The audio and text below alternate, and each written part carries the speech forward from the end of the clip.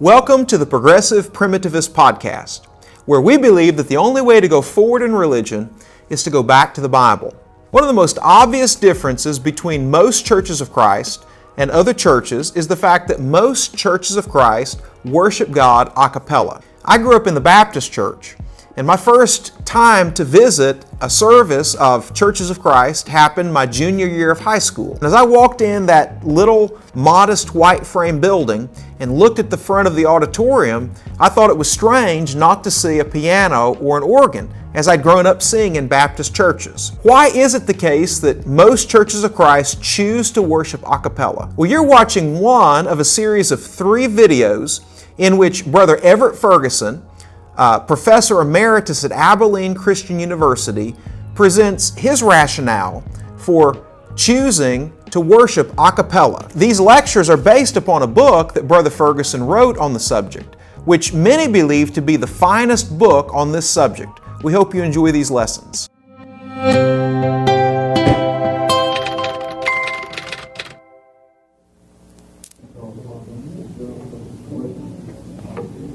I might begin by briefly introducing myself. I'm Dan Harden, resident missionary at ACC this year, and have spent most of the last 16 years in Korea.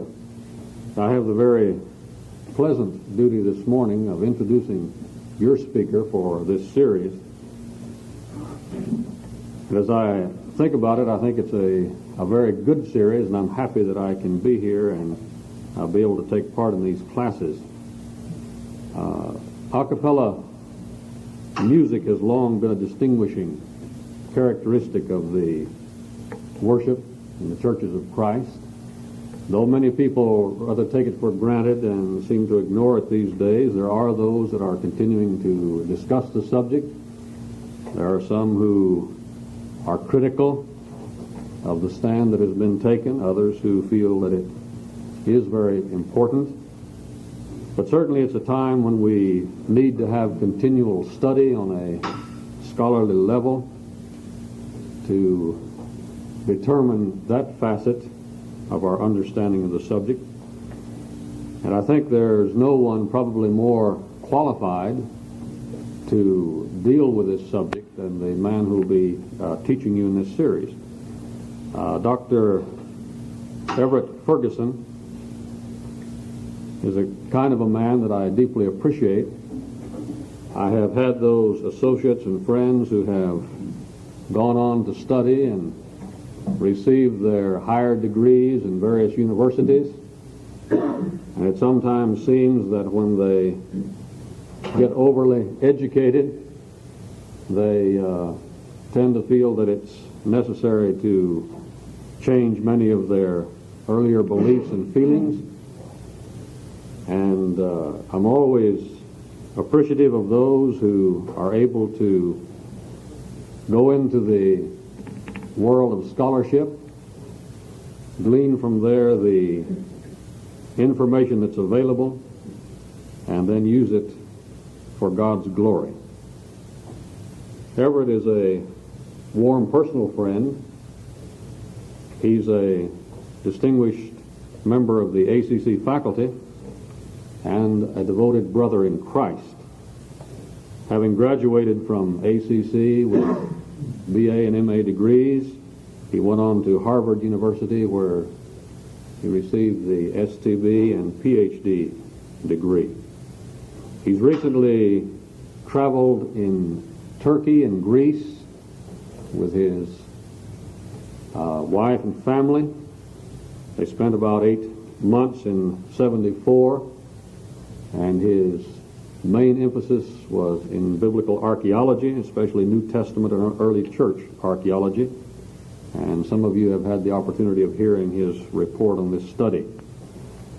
He's author of the work, The Early Christians Speak, but also a publication that I just happen to have a copy of it here, my own a cappella music in the public worship of the church. I've enjoyed reading this book and feel that it's very beneficial for us at this time. I want to welcome Nancy, who's sitting back here on the back row, and also 2 very distinguished guests. Brother Ferguson's parents are here from down near the Gulf. Is it warmer south of here than it is here in Abilene at this time? We're very happy that you're here. And it's certainly my pleasure at this time to introduce to you Dr. Everett Ferguson, Professor Bible here at ACC, Director of Graduate Studies, and a deacon of the Hillcrest congregation. Thank you, Dan. We're very happy to have Dan Harden on our faculty this year. And I think if he were teaching this class rather than me, that you might get a great deal more out of it and enjoy it more. We appreciate Dan and his family a great deal, and I thank him for these words of introduction. I will dedicate this class to those of you who can do it, from one who can only write about it. The subject of our class is the case for unaccompanied singing. And I might say a few words of explanation about that title. We considered exactly how to entitle it on the program, and we had thought about using the same title of the book, Acapella Music, but then we decided some might think that this was a class in singing. Anyone who knows me would have known better than that. But since I've been one of the silent scholars, not everyone knows me. So we decided, well, that title won't do. So we decided, well, we'll call it the Case Against Instrumental Music. But I do not want to be negative. I wanted to state a positive case rather than a polemic against something. Yet certainly being for something, I suppose, implies that you are against other things, and so it is in this case. But I always prefer to state what I am for. A correspondent wrote to me and said he was a little puzzled by the approach, the case for unaccompanied singing. He said he thought everyone granted us the right of singing in this way if we so chose, that their problem with us was the exclusive stand of saying this is the only way to do it. I think the reply to that kind of query is that unless there is a case for unaccompanied singing, no one has a case against accompanied singing. That what we're doing here is the more basic groundwork of trying to see what are the real bases for a cappella music in the church, and the conclusions, theological and doctrinal, about other practices must rest upon and depend upon establishing this particular case. Now, I suppose for even fuller accuracy, you would need to add the phrase "in the church" to the title of the class. The case for unaccompanied singing in the church. I presume that you assume that. There's certainly nothing wrong with instruments of music elsewhere. Outside the assembly, you're on your own. All I purport to know something about, in this class anyway, is the Christian assembly. Now, with these words of explanation about our title, let me say a few words of explanation about what we will do in the class. I will basically be presenting the material in this book. And if you have read the book, then you may be excused and go to another class where you will learn more. I don't really know a great deal more than I have put in the book. I have accumulated a lot of extra passages from the church fathers that we could cite, but that's just adding to, I think, what is already a well-established position. In fact, it would be well if you did have some access to the book in connection with our study. However, the lectureship rules are that we cannot sell books or anything else in the classes. They are available at the tent, or supposed to be, or at the bookstore. And you would need to have this for the future, I think, to get the full benefit out of what I'm saying in the class. But then some have suggested that the contents of the book are a little bit difficult for them in places, and that they need a living word commentary on it. And so we'll try to present the living voice this morning, and hope that explains a little bit to you of what I was trying to do and thought I had done in the book. And perhaps with the words of explanation that I give you, you will be able to teach this material in classes as you return to your home churches. And apparently there is a need for teaching on this subject. I was rather surprised at the response to the book, the feeling that there was a very great need here. The book does take a somewhat different approach to the question than has perhaps been usual in recent years in our brotherhood. I hope to move the discussion of this question along by putting it in a new frame of reference. And probably tomorrow we'll talk a little bit more about the overall methodology that I had in mind. But although logically that probably should come today in terms of distributing the material over 3 days, I had too much to do today anyway, I was afraid. We'll see how it comes out.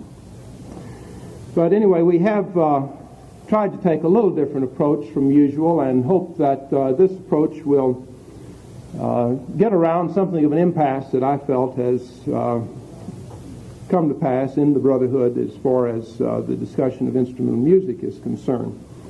And our effort here has been to follow a good philological, historical approach to the question. And it is particularly in the first chapter where I examine the biblical evidence that we are trying to use the philological historical method. And so I'll go right now into explaining the approach in chapter 1, and try to present this in such a way that the material will stand on its own, although for all of the supporting evidence and the line of argument, you really will have to read the book itself. We can't go into all of the evidence in 1 hour. As I've said, we're presenting what is sometimes called philological or the grammatical historical approach to the exegesis of an ancient text.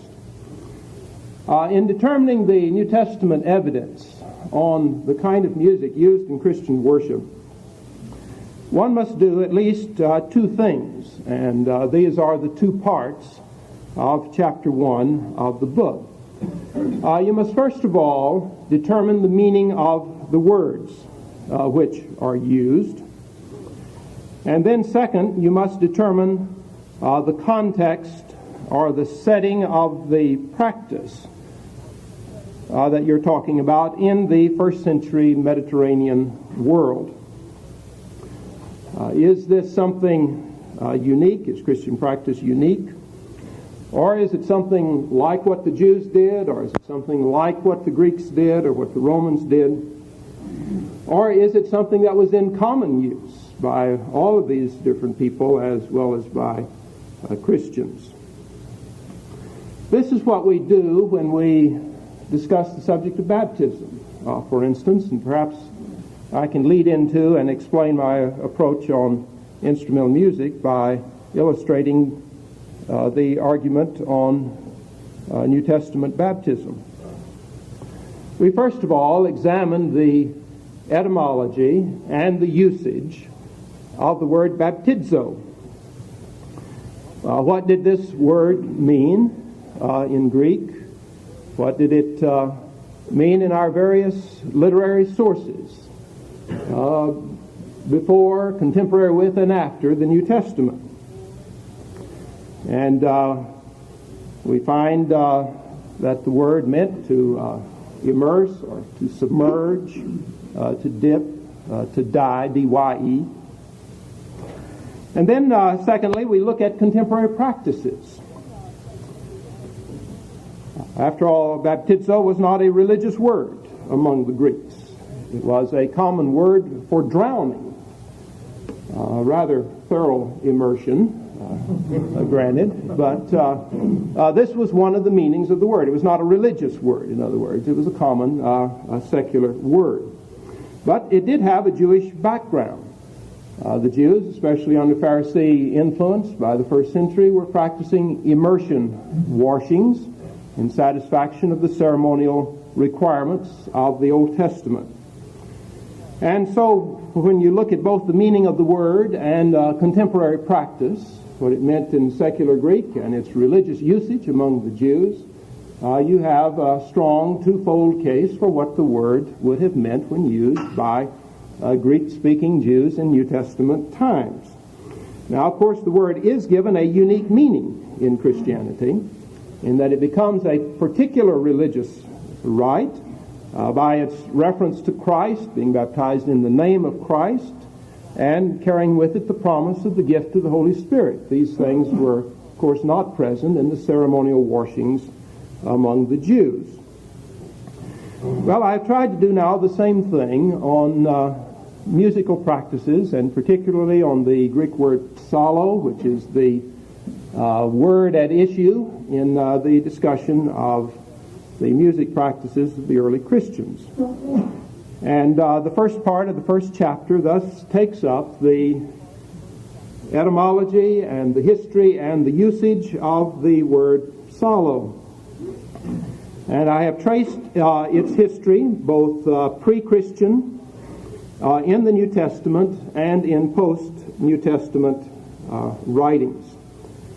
And the idea here is to decide, what does this word probably mean when it was used by Jews who spoke Greek and became Christians? Now, there's no doubt about the etymology of the word. Psallo means to pluck or to twang. And there's no doubt about its meaning in classical Greek. The Greek authors, before, contemporary with, and even after the New Testament, used the word for playing on an instrument, from its original reference to plucking on the strings of a stringed instrument. And so it is a reasonably common word, by no means the only one, or not even for that matter the most common, but it is a reasonably common word in normal secular Greek literature for playing on an instrument. On the other end of the scale, though, as you look at all early Christian authors after the New Testament, they almost uniformly use this word for to sing, particularly to sing the Psalms, or to sing praise, or to chant. There are a few passages where early Christian writers seem to continue the classical usage of the word, but always giving it a metaphorical sense, not playing upon a literal instrument, but metaphorical of the response of the human body as it serves God and praises Him in word and in action. Now, the New Testament falls right in the middle of these two usages. What does the word then mean in the New Testament? Well, I think normally we would assume that the creative factor in Christian usage and in Christian history would be the apostolic times and the New Testament. And that probably Christian authors are a better guide to what the New Testament means than Greek authors would be. But of course that would remain an assumption. Can we go beyond that? Do we know something more than that? Well, fortunately we can almost see the development and the changes of the word taking place before our eyes. Because there is another factor in the linguistic background that I haven't mentioned, and that's Jewish literature. And when we turn to Jewish writings, the first important source of information is that of the Greek translation of the Old Testament. The Septuagint is called, from the tradition that 70 Jewish elders made the translation from the Hebrew to the Greek beginning in the 3rd century B.C. In the Septuagint, we find psallo used of playing on an instrument. We find psallo used of singing to the accompaniment of an instrument. And we find psallo used of simply singing, unaccompanied, without an instrument there. And so we find a variety of meanings, and actually I think the last of those three is the predominant one, that you can cite more passages for that than you can the other two meanings. And then as you look at some other Jewish writings, you find this non-instrumental use of psallo. The Psalms of Solomon from the 1st century B.C. is a particularly important piece of evidence here. And you also find Jewish writings speaking disparagingly of instrumental music and praising vocal music and praise that comes from the lips. Well, in looking at the meaning of the word psallo, and in looking at the meaning of any other word for that matter, it is not enough simply to study etymology. You have to be concerned with usage. How is a word actually used? What did it mean to the people who used a given word? We do this on baptizo, even. The etymology here and the usage coincide there. It means to dip or to immerse, and was used of various kinds of dippings or immersions, as we have noted. But a lot of times a word develops a meaning in actual usage that departs from its etymology. One of my favorite illustrations here in English is the word enthusiasm. All of you probably consider that a good quality. If a man is an enthusiastic preacher, he has a lot in his favor in the eyes of most congregations. But enthusiasm has not always been a compliment. It has not always been a good word when talking about someone. As you may know, the word literally, etymologically, means God within. And having a God or a divine force or power within you. And so was used a few centuries ago in English of frenzy. Someone who went into ecstasy and lost control of himself. That person had enthusiasm. He had a little god. He had a demon in him. And he had lost rational control of his faculties. And in the days of the Methodist revival in England in the 18th century, one of the principal Anglican objections to the Methodist preaching was that it was enthusiastic. And that kind of branded it, that made it unacceptable in the eyes of the Anglicans. There was too much enthusiasm here. And one of the curious and interesting tombstones in the graveyard in England tells the story of this lady, and after giving the facts of her life, it says that she lived so many years in piety and without enthusiasm. Well, that may all too well describe the condition of the Church of England in the 18th century, which made the Methodist revival such a powerful force. But the people who wrote the tombstone meant that as a compliment to her. It was not disparaging her lack of vitality in religion. It meant that she lived her life in piety, that is, she observed the Book of Common Prayer in the Anglican Church, and without enthusiasm meant that she was not a Methodist. Well, they were complimenting her, they thought, in that. Well, today you read that and, we laugh. or smile about it.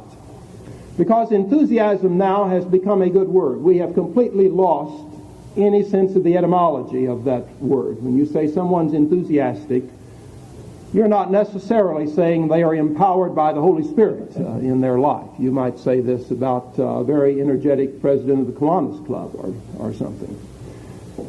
Usage here is divorced, really, from the etymology, and we don't even think about the etymology as we use the word. Well, the same thing happens to many words. They undergo these transformations, these changes in meaning. Another illustration pertinent to our subject, I think, is our word lyric in English. What are the lyrics of a song? It's used in contrast to the melody. The lyrics are the words. But what's the etymology of that word? It comes from the word lyre, L-Y-R-E. It comes from the stringed instrument. But the lyrics now is not the melody, it's the words of a song. Well, with that explanation, I think we can see now what I want to say about the word psallo. This word went through a change in meaning, and just getting a lexical definition of the etymology doesn't tell you what psallo meant to a New Testament author. It's quite obvious that when the church fathers of the 2nd, 3rd, 4th, 5th centuries use this word, that they do not use it of playing on an instrument. They use it of singing, the vocal music. So the word we know did change. There's really no controversy about that. The question is about when did it change? And what did it mean in New Testament times? And this is what I've tried to set forth then in the book. The evidence which points to a change having already occurred in Jewish usage of this word before New Testament times, and that the New Testament usage is like this pre-Christian Jewish usage and is like the post-New Testament patristic usage, and that it is not like the classical Greek usage which continued on past New Testament times. But the fact that you can cite 1st and 2nd century Greek authors using this word as meaning instrumental music doesn't settle the case for how New Testament authors used it. After all, they are working in a completely different context from that of the classical Greek authors. And one person may use a word in one period of time with one meaning, and some other person in that same period of time might use that word in a different sense. Now, in the book, I have suggested a hypothesis about how this word psallo got from its classical meaning to its Jewish and Christian usage.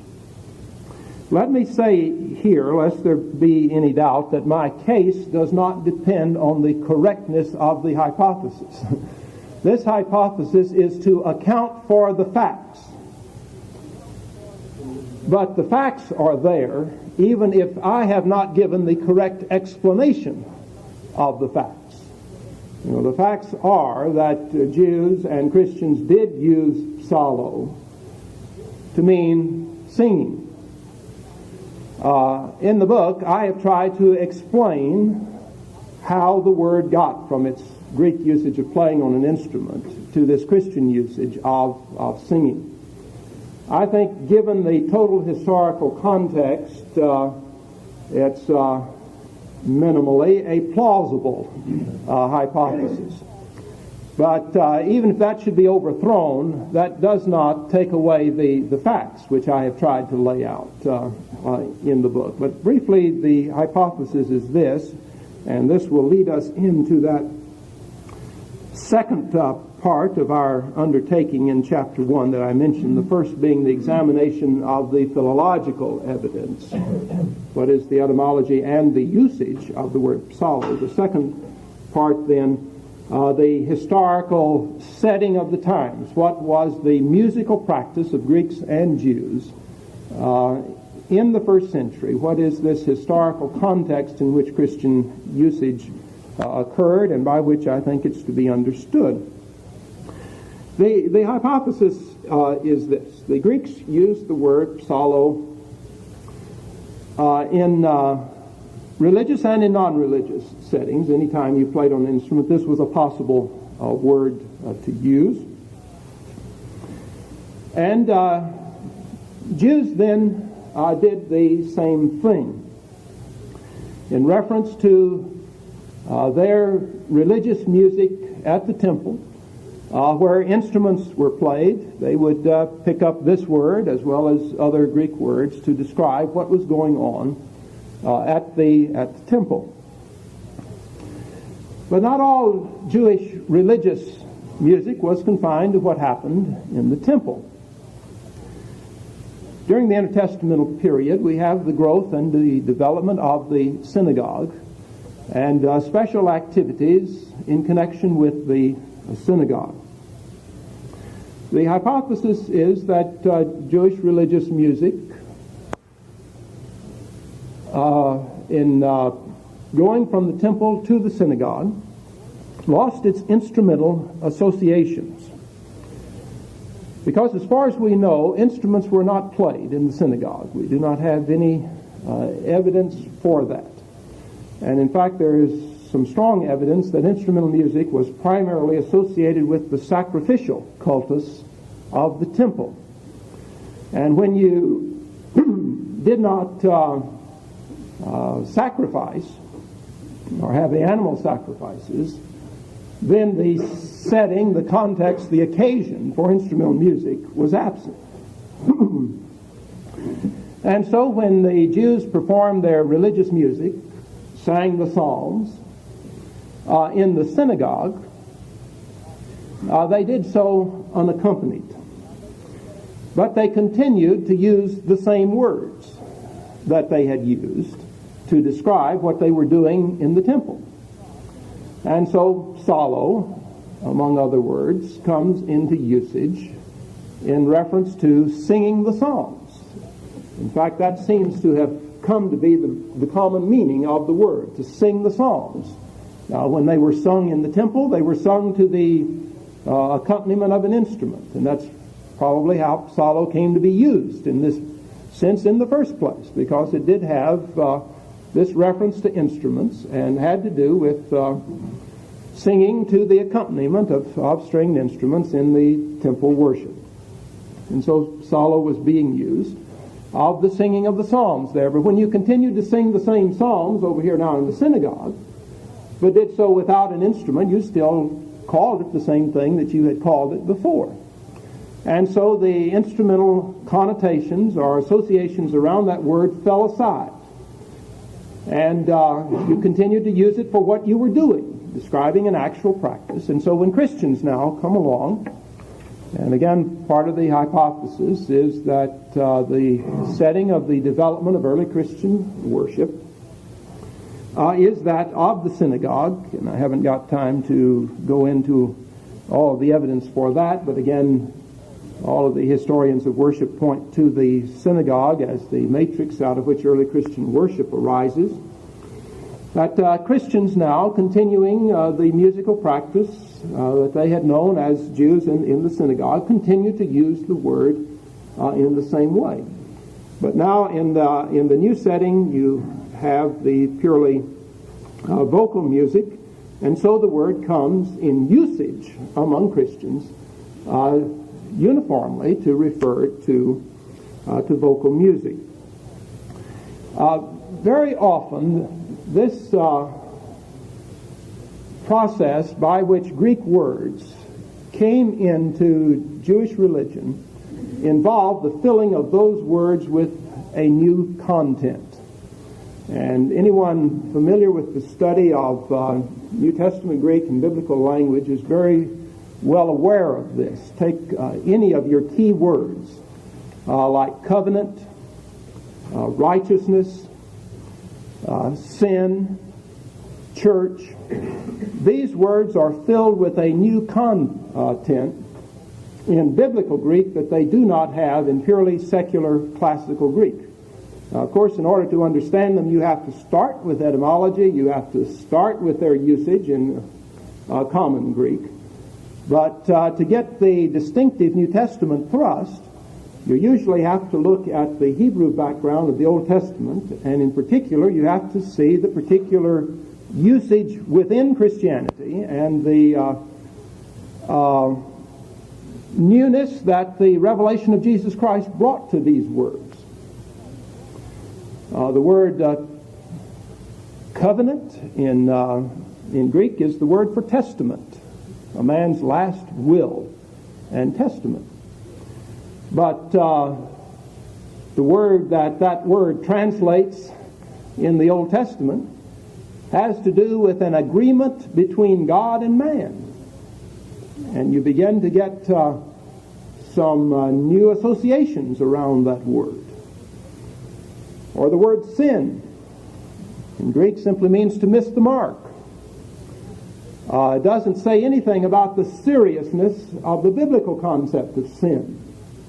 But from the background of the Old Testament, sin becomes rebellion against the revealed will of God, and it becomes a much more serious thing than having some good intentions and not carrying them through, which is what the Greek word means.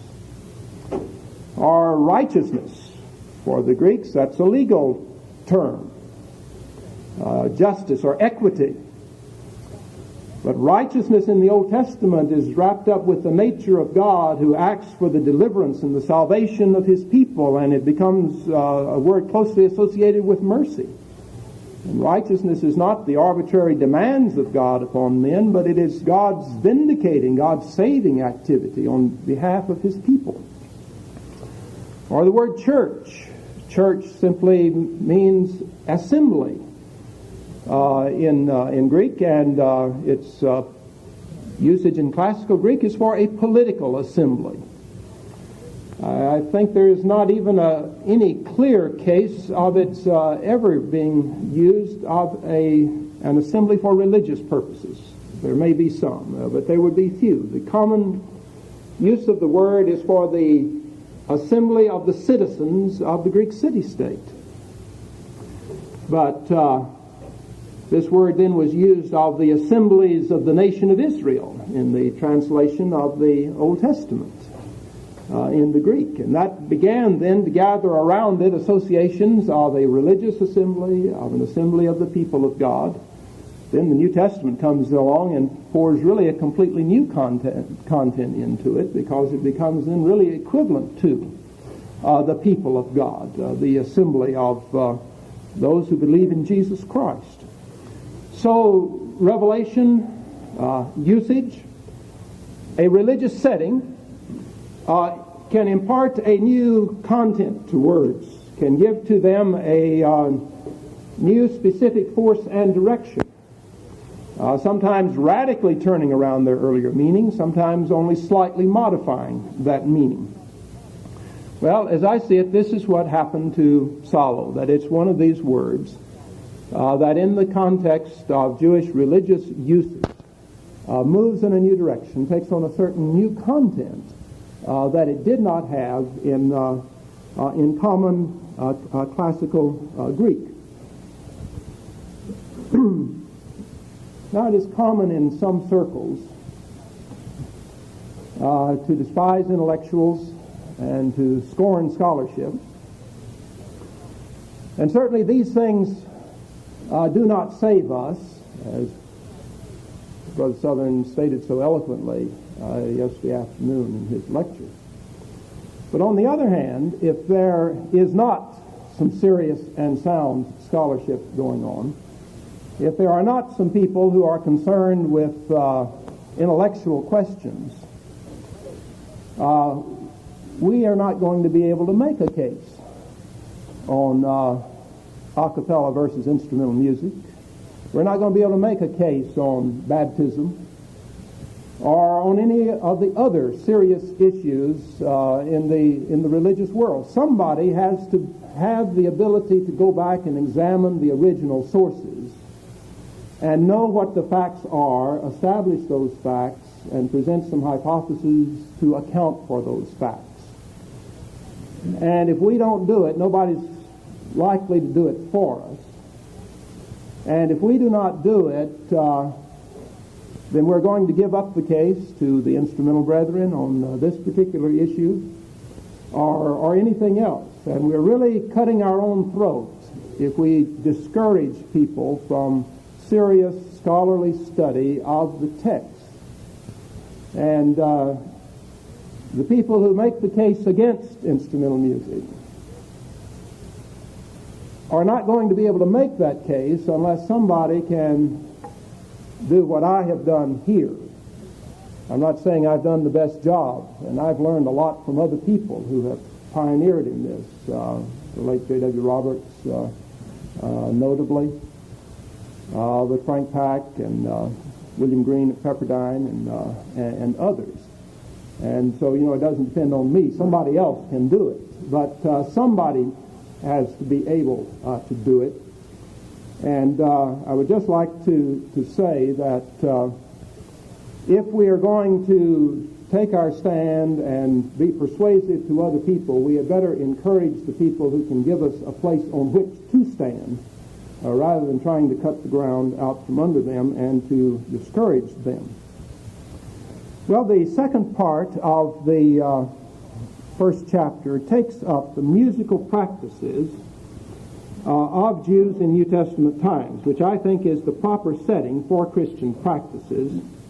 But if you want to go into Greek religious practices, I was just reading recently an article on from a classical journal, Greece and Rome, on musical instruments in Greek worship, where the author has collected a lot of the evidence about the use of the various kinds of instruments in the various cults of the Greeks. He refers to some of the archaeological evidence as well, but since I've kind of had an interest in this and looking around, I have a much larger collection of archaeological information on this subject than is in this article, but he does have the literary sources collected. The different instruments are influenced more by the particular cult involved. In Dionysiac worship, the avlos, or the pipe, was the common instrument. In the cult of Apollo and deities related to him, the kithara, the stringed instrument, is the more common. But one thing that strikes me, or I guess two things here really, is that in Greek worship, and the same would apply to Roman, and I think also for Jewish temple worship, that the instruments are an almost invariable accompaniment of animal sacrifice. This is the setting in which instrumental music occurs in the worship practices of that time. And the second thing is that the instruments were often used, particularly in the Dionysiac cult, to induce a frenzy, and that this gave a pejorative sense to instruments even in the thinking of certain Greek philosophers.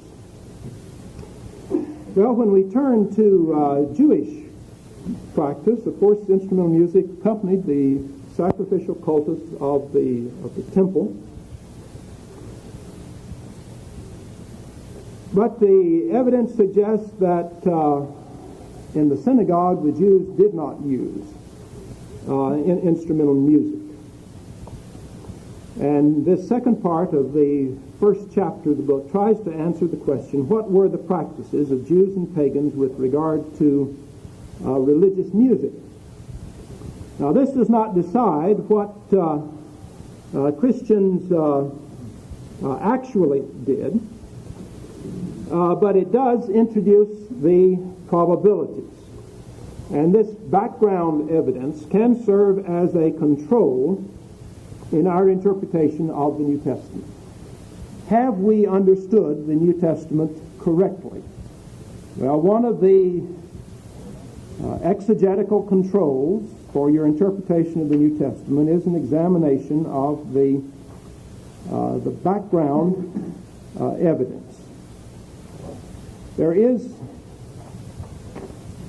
one particular passage from rabbinic literature that describes three different ways in which vocal material was rendered in the synagogue. And I have not seen this cited or used very much, but it's, to my mind, the best description we have of the ways in which Christians likely in the first century would have rendered their vocal materials. Would have been one of these three types of singing. So let me read that passage for you. This is in a discussion of Exodus 15, the Song of Moses following the crossing of the Red Sea. A very important passage in Jewish thinking in reference to their synagogue vocal materials. Our rabbis taught, on that day, Rabbi Akiba expounded, at the time the Israelites ascended from the Red Sea, they desired to utter a song. And how did they render the song? Like an adult who reads the Hallel for a congregation, and they respond after him with the leading word. According to this explanation, Moses said, "I will sing unto the Lord." And they responded, "I will sing unto the Lord." Moses said, "For he hath triumphed gloriously."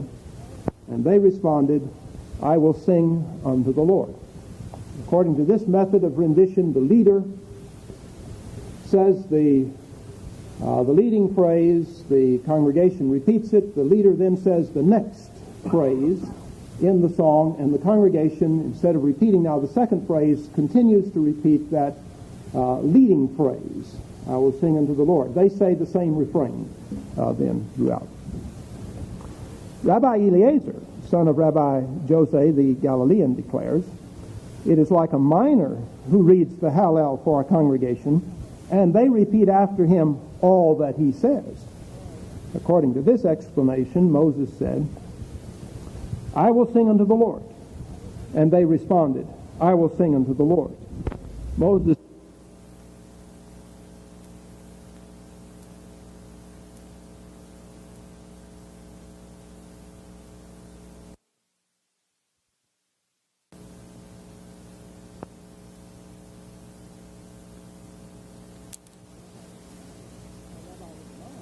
Now, Rabbi Nehemiah declares, "It is like a school teacher who recites the Shema in the synagogue.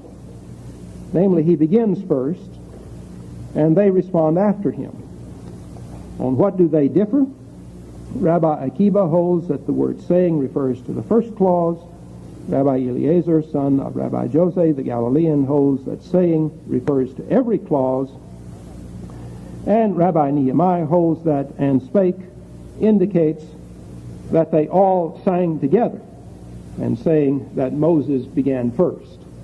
On this third method, then, instead of having a responsorial situation, the leader simply begins and everybody joins in and says in unison with him the words that are involved.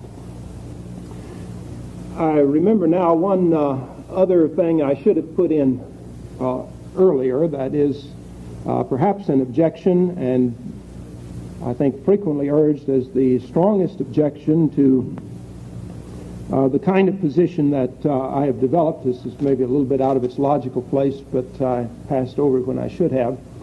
And that is the usage of Josephus.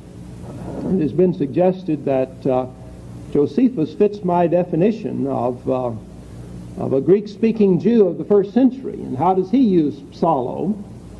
And he follows the classical usage. He uses it in reference to singing to the accompaniment of an instrument. And this is sometimes urged as kind of a fatal objection to the argument that in the New Testament, the word psallo means only to sing.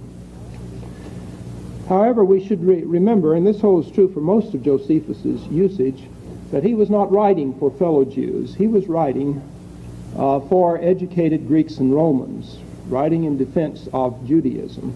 And his usage on most words is not the common everyday usage of Jews, but it is an effort to accommodate classical usage. And Josephus used amanuenses who probably knew Greek better than he did anyway. And so it's not surprising, really, in view of Josephus's own background and in particular the audience that he is addressing, that he follows the classical usage. And so although he is a Jew of the first century and writing about Jewish religious matters, I think he is really not a crucial exception here to the hypothesis that I have put forward, nor does the fact of his usage here essentially change the general picture. He fits in the usual classical usage and what might be expected when someone was trying to communicate with pagans, and so using the terminology in a way in which they were accustomed to using it. It is sometimes pointed out that the word psalmos in classical Greek properly means the sound that is produced by plucking on a string, and so has to do with an instrumental musical sound. And this then is sometimes urged as a way of getting instrumental music into the New Testament text, that they sing psalms, and psalms means a musical sound. Of course, what is said is that you sing the psalm, and so I think the argument really doesn't carry much force anyway, but the same thing is really true on psalmos as it is on psallo. That psalmos in classical Greek does not have anything to do with the words. And the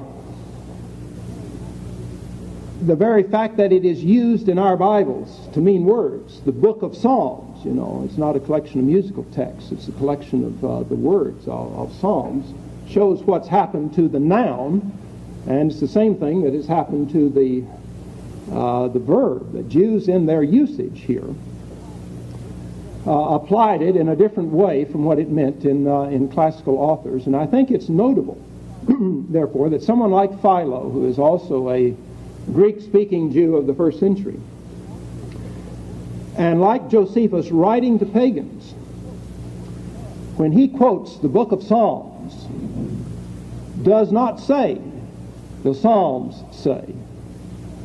He says, the hymns say, or the odes say.